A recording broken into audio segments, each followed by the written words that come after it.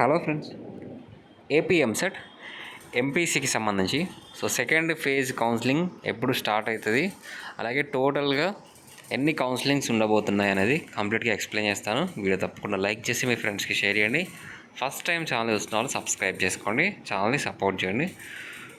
Second phase counselling మనకి ఎప్పుడు start అయ్యే ఛాన్సెస్ ఉన్నాయి అని అంటే, ఫస్ట్ రౌండ్ కౌన్సిలింగ్ అయిపోయిన తర్వాత మనకి సెల్ఫ్ రిపోర్టింగ్, అలాగే కాలేజ్లో రిపోర్ట్ చేశాక ఎంతమంది కాలేజెస్లో జాయిన్ అయ్యారు, ఇంకా ఎన్ని సీట్లు మిగిలిపోయినాయి, వీటన్నిటికీ సంబంధించి కంప్లీట్గా సీట్స్ ఫైనలైజ్ చేసిన తర్వాత 1 వీక్ ఆర్ 10 డేస్లో సెకండ్ రౌండ్ కౌన్సిలింగ్ అనేది స్టార్ట్ అవుతుంది. మనకి టీఎస్లో కూడా గమనిస్తే ఫస్ట్ రౌండ్ కంప్లీట్ అయిన తర్వాత దాదాపుగా 10 to 12 డేస్లో సెకండ్ రౌండ్ కౌన్సిలింగ్ అనేది స్టార్ట్ కాబోతుంది.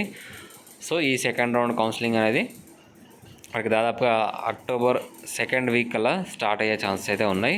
టోటల్గా ఎన్ని కౌన్సిలింగ్స్ ఉంటాయంటే మనకి 3 కౌన్సిలింగ్స్ అయితే ఉండే ఛాన్సెస్ ఉన్నాయి. మెయిన్గా మనకి సీట్లు వేకెన్సీని బట్టి, అంటే సీట్లు మిగిలిపోతే ఇంకా ఎక్స్ట్రా కౌన్సిలింగ్స్ అనేది కండక్ట్ చేస్తారు. మ్యాక్సిమం 3 కౌన్సిలింగ్సే ఉంటాయి. ఆ తర్వాత స్పాట్ కౌన్సిలింగ్, ఈ కౌన్సిలింగ్స్ అనేది ఉండడం జరుగుతుంది.